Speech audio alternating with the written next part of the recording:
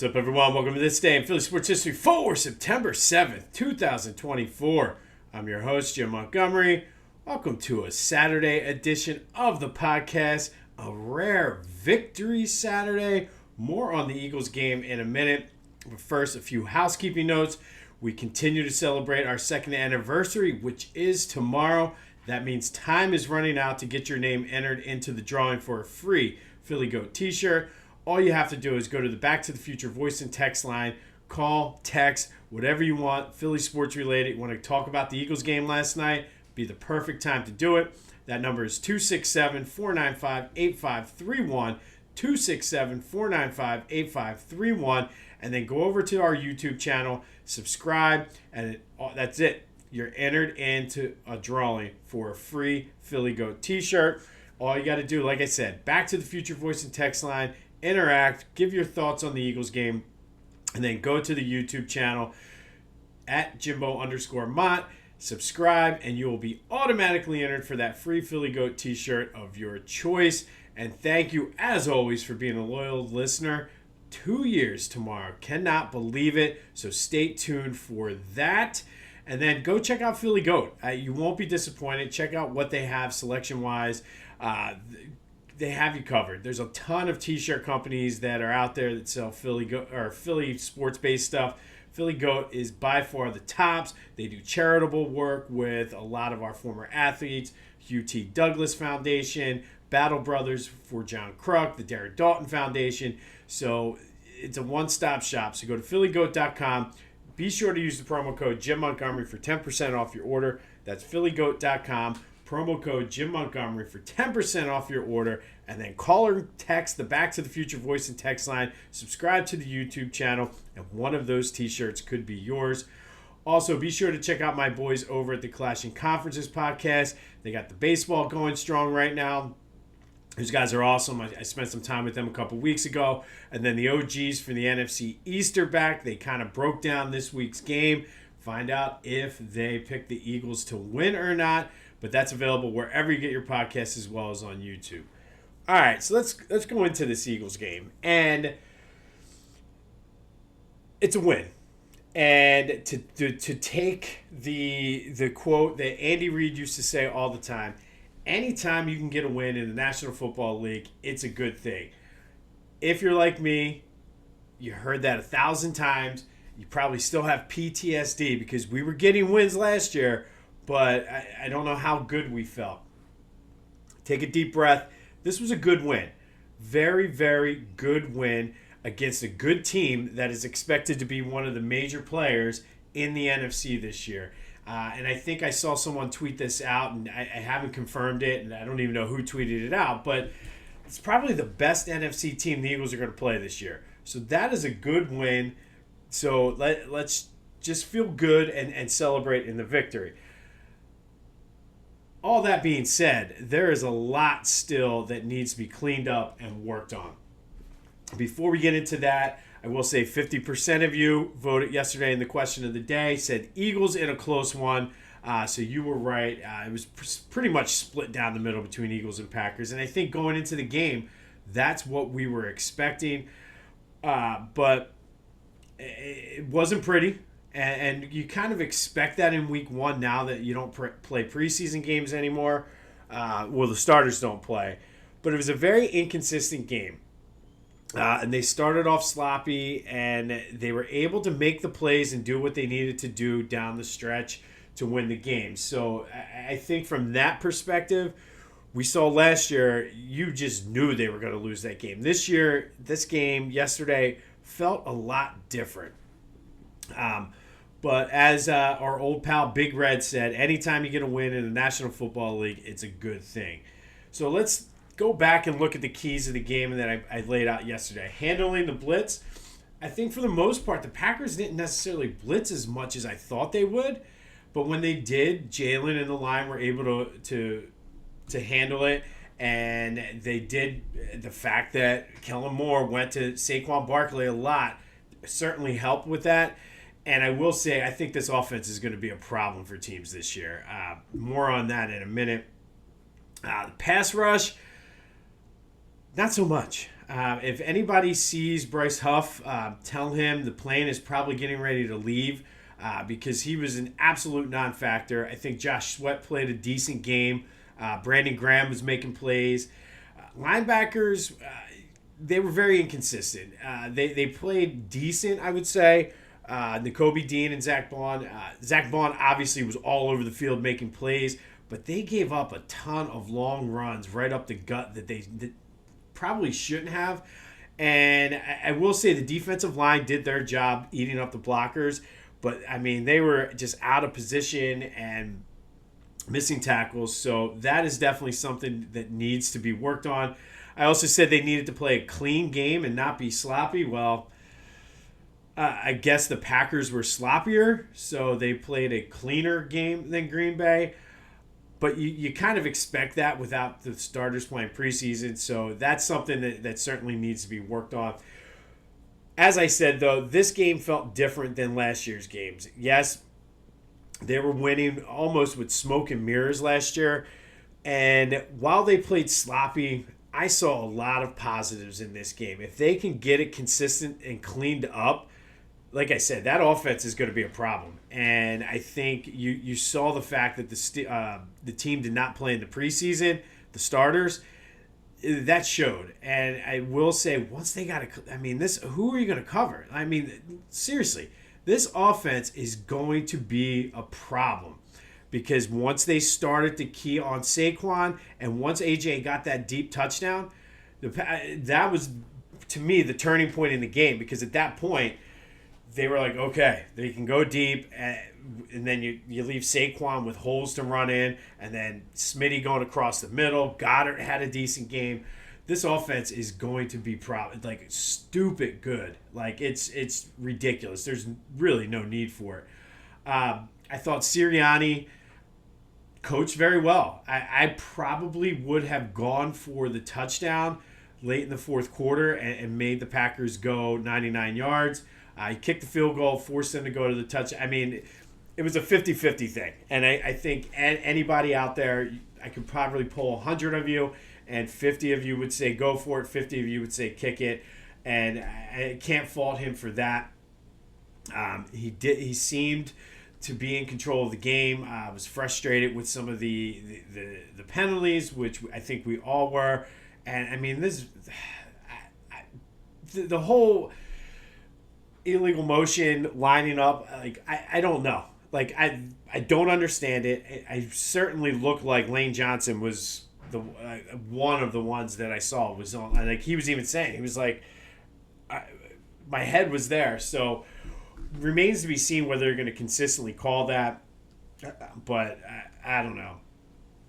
But again, we'll take the win. Wasn't pretty, and there's definitely a lot of things they need to clean up. But I think overall we will take it. And again, somebody go tell Bryce Huff the plane is probably going to leave soon, so he doesn't want to get left behind in Brazil. Yeah. I mean, that was the typical bend but don't break defense. You got some time to work on it now. Back to work, Atlanta, Monday night. You got the extra time to work on it. I think if this team can put up 34 points a game, you're going to be in a good position with the defense. But I thought the corners played pretty well. For the most part, a lot of the catches were sort of like underneath catches. They gave up some plays that they probably shouldn't have. Quinyon, I thought was solid. But again, it's a win. We will take it. Doesn't have to be pretty first week. If this was week 11 and they played like that, I might be concerned. All right, so our bet cashed. We're 1-0 on the year. The over also cashed. I did end up playing the over, so that was a good, nice little day on the Eagles game, or night, I should say, on the Eagles for me. So we start the season off 1-0. We're already better than we were last year, so we got that going for us. All right, one thing I want to try new this year is I'm going to do 3 stars of the game and then 3 GOATs. I thought it worked out well for me, just an organization-wise, breaking down my 3 keys to the game. Like I said, they handled the blitz well. Pass rush give them an incomplete on that because they did put pressure when they needed to, but they certainly could have been better, and they didn't play a clean game, but they didn't play as dirty of a game as what Green Bay did. So 3 stars, obviously, welcome to Philadelphia, Saquon. What a game for him. Lived up to all the hype. I would have loved to have seen him get that 4th touchdown, and that's part of why I was wanting him to go. I'm playing him in one of my fantasy leagues, so it would have just my week's probably destroyed anyway, but it would have been nice. But welcome to Philly, Saquon. What a game. And how about that catch? Like, that was just a great and that's why I think this offense is going to be a problem, because that was a great drawn up play by Kellen Moore, perfectly executed with the way that Smitty and AJ just kind of opened it up. And what a catch, what a throw. So Saquon, you are our 1st star of the game. AJ did beast mode, Mega John type things. What a game for him. And, I mean, I don't think there's a better receiver in the league right now, to be completely honest with you. Certainly top 3.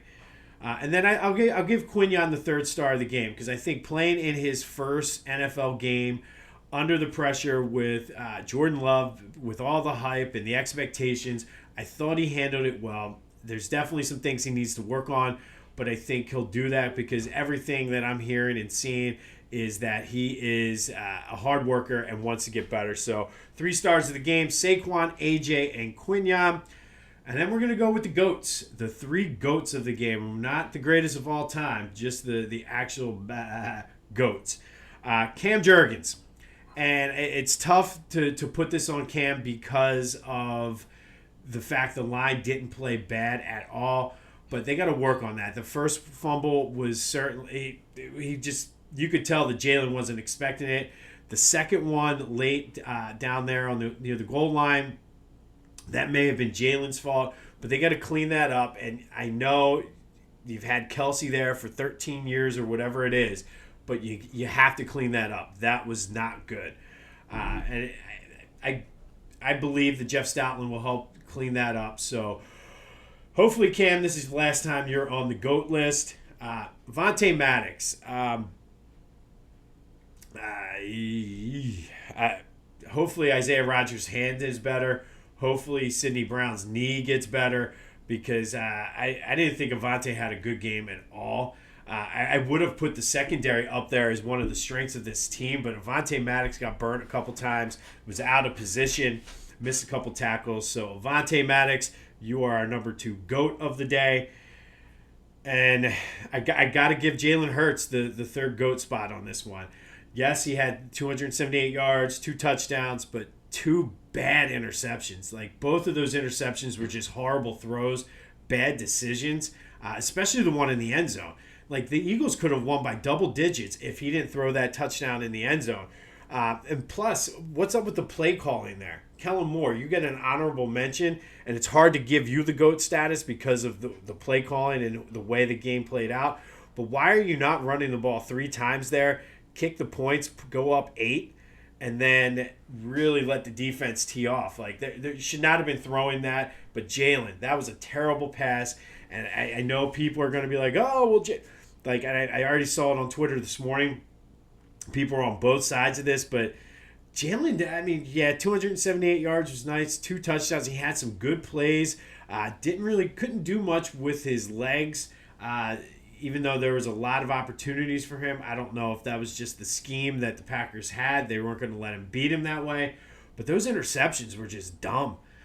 So I guess the whole no interceptions in training camp thing doesn't mean shit right now, because that was just bad play calling or bad decision making with Jalen. Again, though, we will take it. Anytime you get a win in the National Football League, it is good, especially because the Packers are supposed to be one of the big rivals. They were supposed to compete for the NFC champ, or they still could, depending on how bad Jordan Love is hurt. But that's a good win. 100% a good win. They have some things to work on. I want to see the defense figure something out. Like, there was just a lot of inconsistencies, because there were times they played great, and then there were times they looked worse than last year. So, Vic, I need you to get to the lab, and you got a 9-hour flight home. just get it figured out, Vic. But on to Atlanta, which is going to be a tough game. Monday night, Nick Foles night. Looking forward to going down to that one. But we will take it. Good start to the season. Now we can relax and just enjoy a weekend of football. I cannot wait. So many good games tomorrow. Looking forward to Michigan, Texas today. Go Blue. Sorry, Greg. But one last thing about the game, and then we'll kind of turn the page on that. If you're not already, you need to follow Jason Kelsey on Twitter. And if you were like me, you're kind of going through Twitter and seeing people's reactions. He was a good follow, calling out like what they should do. He was saying this is what happened here. Good job. He called out a couple times with Jurgens pulling and Lane Johnson pulling. So go. I think it's worth a follow. I don't know if he's going to be able to, with his ESPN job, be tweeting out during Eagles games all the time, but it was definitely a good follow. All right, so that leads us to today's question of the day. Based on what you saw yesterday, do you feel better or worse about the upcoming season? I feel better. I think there's still a lot of question marks. There's a lot of things that need to be cleaned up. But I didn't see anything that was broken beyond repair like I saw last year. So what do you think? Better or worse now after seeing Game 1? 267-495-8531. That's the Back to the Future voice and text line. That's a great way to get your interaction in with the Back to the Future text line and qualify for that free Philly Goat shirt. I feel better. But let me know what you think. Do you feel better or worse? You can call the Back to the Future voice and text line. Hit me up on social media. Jimbo_Mott at Twitter and TikTok, at Philly Jimbo on Instagram. I'm on Facebook, LinkedIn, you name it, I'm likely on it. But do you feel better or worse about the Eagles? I feel better because I think the things that didn't go well are fixable, for right now. And I don't think there's any need to kind of go back and have PTSD about last year. I think we're going to be okay. But 267-495-8531 gets you into the Back to the Future voice and text line. How are we feeling? Better or worse about the season after hearing or seeing yesterday's game? All right, you may have missed this in all of the excitement leading up to the Eagles game, but the Phillies put a beating on the Marlins yesterday, 16-2. Now, you probably hear that score if you don't know what happened in the game or watch any of it. I had it on the iPad while I was watching outside on the Eagles on the big screen. But only 2 home runs. Literally everybody hit yesterday. It was just a great offensive explosion. I know it's the Marlins, but this is what a team that has World Series aspirations, that's what they do to a team like the Marlins. Zach Wheeler was outstanding. It probably could have been better if he didn't have so many long layoffs because the offense was scoring so many runs. But those are games not only do you have to win, they're doing what they need to do against the teams they need to do it against. Because the Braves and the Mets continue to win, and they're not picking up any ground. They're still up 8 games on both of those teams. It's just... It was a great game. It was a fun sort of appetizer leading into the Eagles game. And then during commercials, just looking over at the iPad. And it seems like every time I looked at my iPad, the Phillies had another run. It was just absolutely fun to watch. And all 3 fans that were in Miami yesterday saw it. The magic number is down to 14 to clinch the division. It's down to 12 for a playoff spot. Things are looking good. Milwaukee lost again, so the Phils are up 4 games on them for that second seed. And they actually are up 1 game now. They are currently the top team in the National League because the Dodgers lost as well. All you got to do is keep on winning. And when you're playing a team, like I said, again, like the Marlins, you have to take advantage of them because they have a lot of games coming up against the Mets. So just keep chipping away at that magic number. So it's down to 14 for the division. 12 for a playoff spot. They're back at it this afternoon. Aaron Nola goes on the mound. Let's just keep this win streak going, and hopefully the bats keep up like that. I really, the fact that they had 2 home runs and scored 16 runs, that's the kind of hitting you want. Now, I know it's cheesy and cliche-ish, Hopefully they save some runs for the rest of September, but we'll see. So good win for the Phils. Alec Boehm is on the 10-day IL with his hand. He said it still hurts when he swings. I'm okay with that. Rest him up as much as possible. Topper said it might take a little bit longer. He had a similar injury I think his rookie year or somewhere along the line. He had a similar injury, and it took a little bit longer than 10 days. But like I said, if he's hurt, rest him now. There's no need to, because Edmundo played well.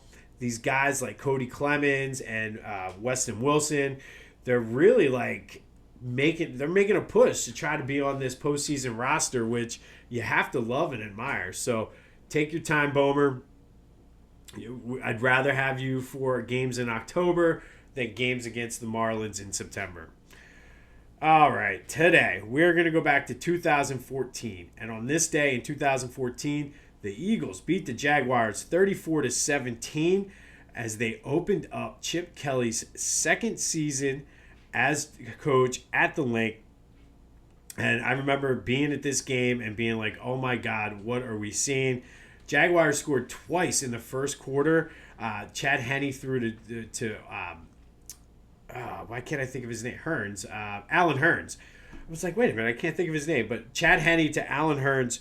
Nick Foles fumbled twice and threw an interception in the end zone in the first half. Now, that seemed to be characteristic throughout Nick's career, but he was coming off a season the year before that he only turned the ball over 4 times. The year before was the 27-2 year. So the fact that he had 2 fumbles and an interception in the first half was not good. They were able to get it together in the second half, though. Darren Sproles opened up the second half with a 49-yard touchdown run. Nick Foles threw 2 touchdowns, one to Zach Ertz, one to Jeremy Maclin, and then Fletcher Cox sealed the deal when Trent Cole, I forgot Trent Cole and Fletcher Cox actually played together, but Trent Cole forced a Chad Henne fumble. Fletcher Cox picked it up and ran it in for the game-sealing touchdown. Foles ended up with 322 yards, got it together, but those 3 costly turnovers and plagued him that entire season until he got hurt in week 9. If you remember, that was the Mark Sanchez year where they had that big win against the Cowboys on Thanksgiving and then lost 3 in a row after that. They did finish 10-6, missed the playoffs. And then after that season, the whole shitstorm happened with Chip Kelly getting rid of or trading LaShawn and bringing in Kiko Alonso and all those guys. But for this day only, it seemed like we were like, okay, the Eagles are back. They're going to build on last year. But they beat the Jaguars to open the season 34-17 after falling behind in the first half. They were down 17-0 at halftime in this game. But they were able to battle back.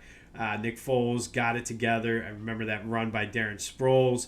And it was, you kind of got a sense after that run. You're like, okay, they're going to come back and win this game. But that happened on this day back in 2014. All right, finally today, we are wrapping up our second anniversary special. Tomorrow, we will take it back and celebrate 2 years worth of this day in Philly sports history. Today, we're going to take a look at Phillies catchers. And catchers are number 2 if you're filling out a scorebook. So that's why we're looking at that. And the Phillies have had many, many great catchers over the years. All-Stars, Wall of Famers, Gold Glovers. I don't think the Phillies have ever had a Hall of Fame catcher primarily play for them. I looked. I don't know if there's any from back in the early days of Major League Baseball. Excuse me. Bob Boone certainly is probably the best of the bunch. But Darren Doughton certainly played well, was an all-star, fan favorite. Chooch, one of my favorites. Mike Lieberthal, say what you want about him. He was very solid throughout his career. And then, of course, we have the best in the business right now, JT. So that's a good group there. But I wanted to take a look at some of the other catchers and just interesting names that have come through Philly. Tim McCarver, who was Steve Carlton's personal catcher. One of my all-time favorite Tim McCarver moments is when he was interviewing Deion Sanders after the Braves clinched the division or NLCS or something. And Deion Sanders, forget what Tim McCarver said about Deion Sanders before, but Deion took a bucket of water, like a square Tupperware container, threw it at Tim McCarver, and then my favorite thing, Tim McCarver, "You're a real man, Deion. You're a real man." Crying about getting dumped water on. Probably not a good look for Deion, but one of my favorite moments. So if you get a chance, YouTube that, and you'll get a laugh.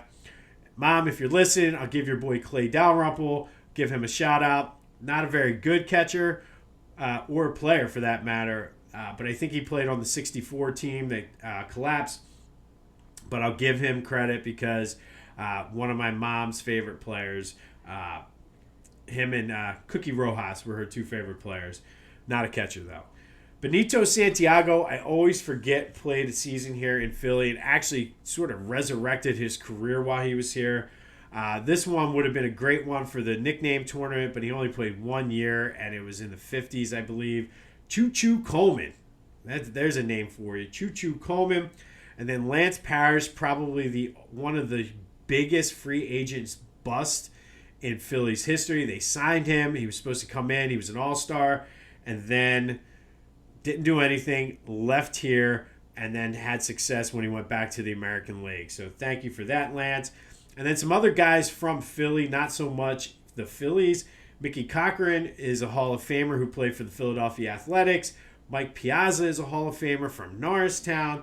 And Roy Campanella, who also is a Hall of Famer from Philadelphia, was a catcher for the Brooklyn Dodgers. And that is our second anniversary celebration of catchers, who are number 2 in the official scoring in a Major League scorebook. On this day, back in 2014, Eagles opened the season with a win over the Jaguars. After falling down 17-0, they battled back to score 34 unanswered points. That was back in the era of Chip Kelly.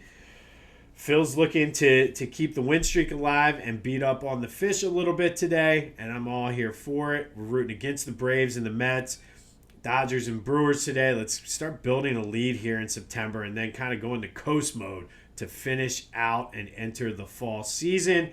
Be sure to give me your thoughts on the Eagles game, 267-495-8531. That's the Back to the Future voice and text line. Are you feeling better or worse about the season after seeing yesterday's game? I'm definitely encouraged. I think if they just clean up a couple things on offense, this offense could be unstoppable. And I know that's going out there and being a little crazy. And I'm going to say something that a lot of you might not like. And you might say, hold on, pump the brakes. But I'm getting like Greatest Show on Turf vibes from this offense because you can't double team anybody because somebody's going to get beat. So I'm not willing to go there yet because I'm not putting Jalen Hurts in Kurt Warner's category. But if Jalen can play smarter and clean up the mistakes, look out. The sky is the limit with this team. And then we can just trust. We knew the defense was going to be a struggle to start the season anyway. So the fact they were able to pull this win out, I will gladly take it. But are you feeling better or worse? Let me know on the Back to the Future voice and text line. Then go subscribe to the YouTube channel for your chance to win a free Philly Goat shirt. This is it. This has been this day in Philly sports history for September 7th, 2024. Enjoy the victory Saturday. Stress-free weekend now of watching football. Let's just enjoy this win for a little bit. Vic, I hope you're on that plane, game planning and scheming up some ways to make the defense look better. Make sure that Bryce Huff is on the plane. Don't leave him behind. Paying him too much money to leave him down in Brazil. But if anybody's seen Bryce Huff, tell him we're looking for him. Go have yourselves a Saturday. My name is Jim Montgomery, and until next time, I'll see you when I see you.